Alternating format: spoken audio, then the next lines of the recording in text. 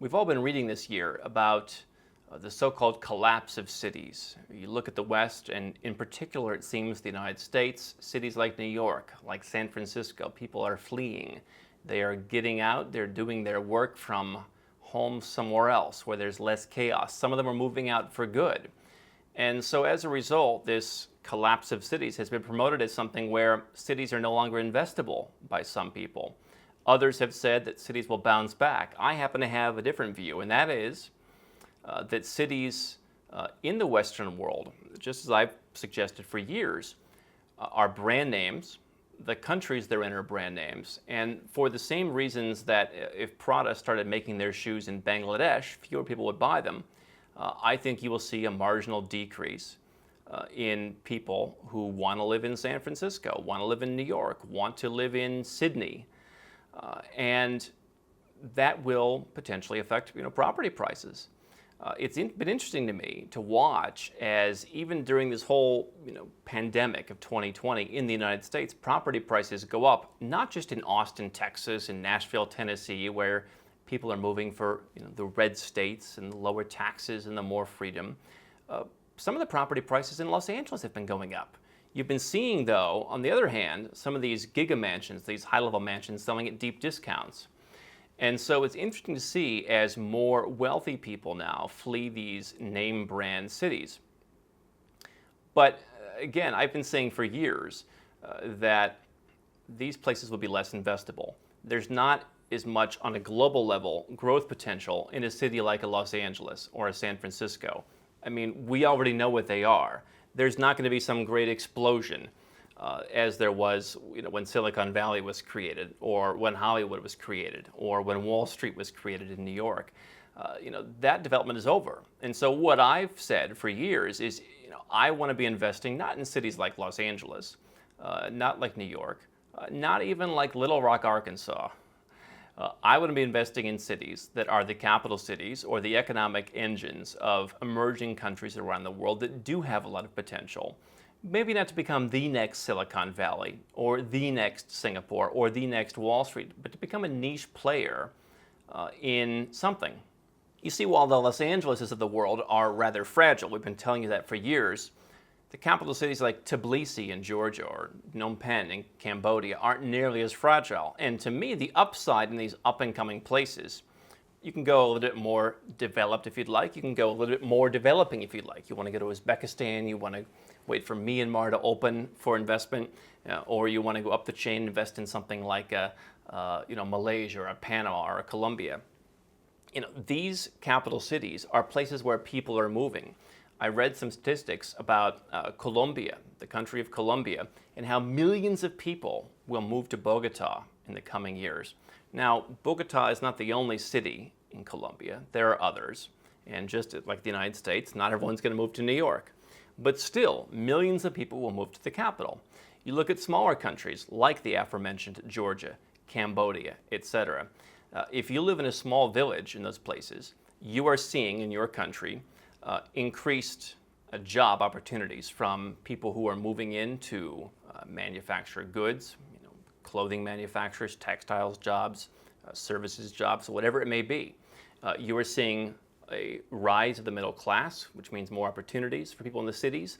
People from smaller towns move to those capital cities to be part of that. And if they don't want to leave their country, then there aren't often that many other options. And so while you have smaller domestic economies in some of those countries, you have a more concentrated area in which you can invest. And because these countries have not, in some cases, seen, on a global level, much of a property market surge, you can go in, buy at prices, in some cases, less than $1,000 a square meter, and you can make decent rental yields. You can have, pro-landlord property laws if you plan on leasing your property out. You can have simplified tax compliance, lower tax rates, and you can wait as the middle class around the world continues to grow. Because here's what's different in these other countries where the middle class is growing versus a place like the United States. Many of these countries are relatively homogenous, or at least people live in unity if they're not homogenous. Places like Malaysia, Singapore, to a lesser extent Georgia, do certainly have some diversity.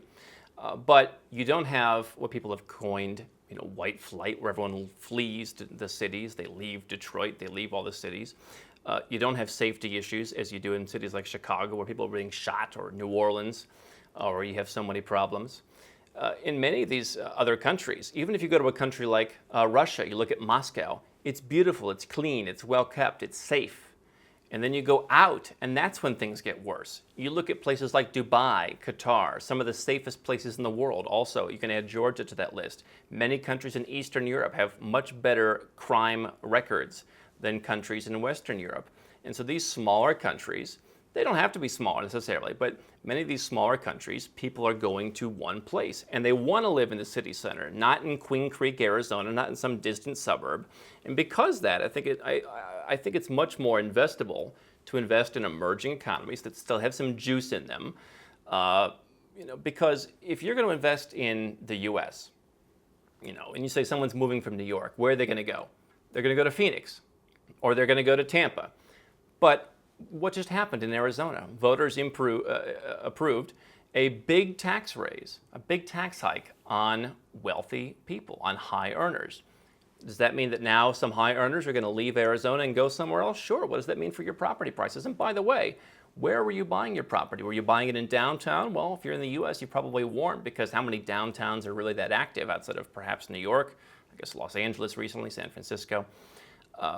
You were buying in a suburb. So if you're buying in Phoenix, where I spent much of my adult life before leaving the country, are you buying in Tempe with the university? Are you buying in Mesa, which is just a big city? Are you saving money and saying, I'm going to get a better deal, better yield, I'm going to buy in Queen Creek, out in the cornfields?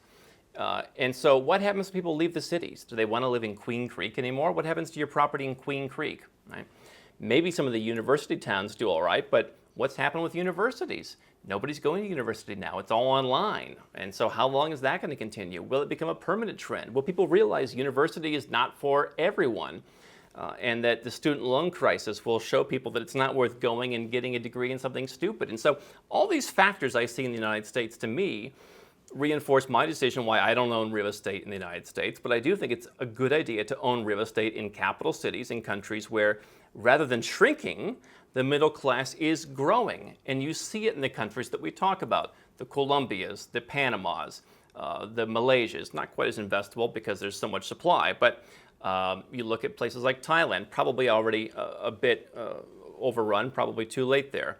You see countries like Georgia. You see countries like Montenegro, Albania, one that I think some potential in.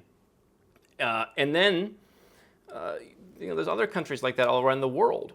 And so if you get into these countries and you pay these low prices before everyone else gets in, I think there's also markets that have gotten beaten up, the Turkeys, the Cairos. You still have 20 million people in those primary cities of those countries.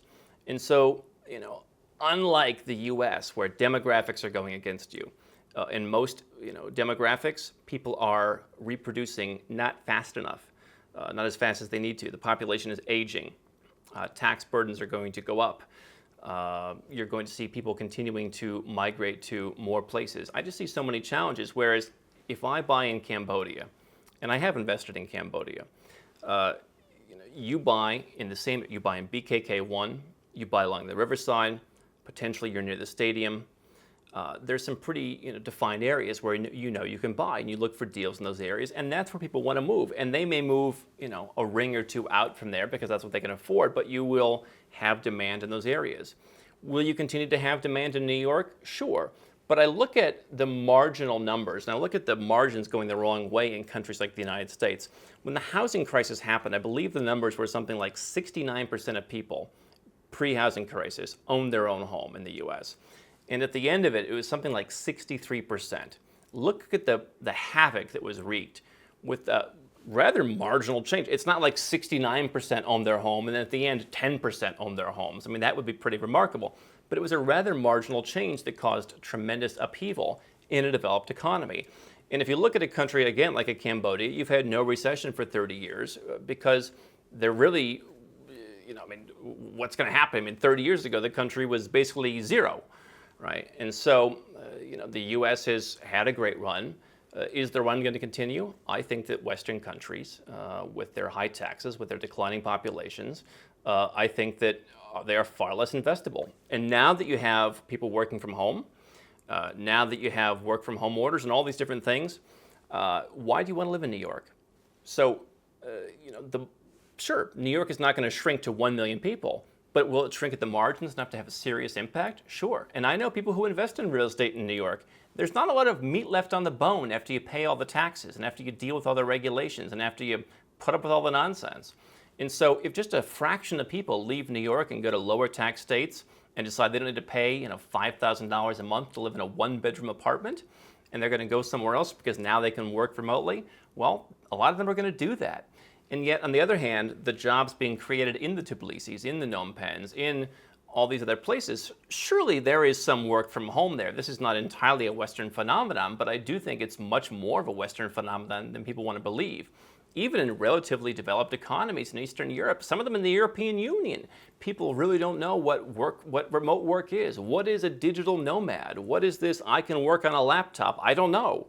Mrs. H is a doctor. When I met her, she is kind of a typical doctor. She's like, I just know normal jobs. I know construction driver, postman, doctor, dentist. These are the jobs that I know. The guy working on a laptop, what does that mean?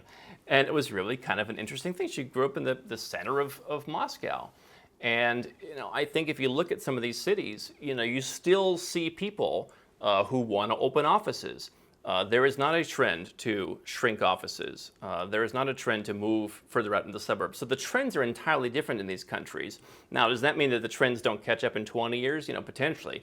I think if you hold an investment in some of these countries for 20 years, in addition to potentially getting some residence or citizenship benefits, better yields, I think you could certainly exit with better capital appreciation in many of these markets than you would in, let's say, Los Angeles, where you have a lot of more ups and downs. And so this is why I believe that if you're investing in emerging economies, frontier economies, as part of your portfolio, the collapse of cities, as they're calling it, will not affect you nearly as much as if you're investing in some of the big cities in Western countries like the US. How can Nomad Capitalist help you? 4 ways. Number 1, subscribe to our channel and click the notification bell to make sure you get our new video every day. Number 2, get a copy of Nomad Capitalist, the book. You'll learn a lot of my personal experiences over a dozen years of studying this stuff, as well as exactly some of the strategies that you can use to build your Nomad Capitalist plan. Number 3, if you're not sure where to start, but you want to come and learn from my team and I, you want to come and mingle with like-minded people, learn more about our live conference, Nomad Capitalist Live. It's coming up soon. And number 4, if you want some help right now because you've got a burning issue, you need something solved, you want to lower your taxes, get a second passport, or build the Nomad Capitalist lifestyle of your dreams, go to nomadcapitalist.com and click on Become a Client.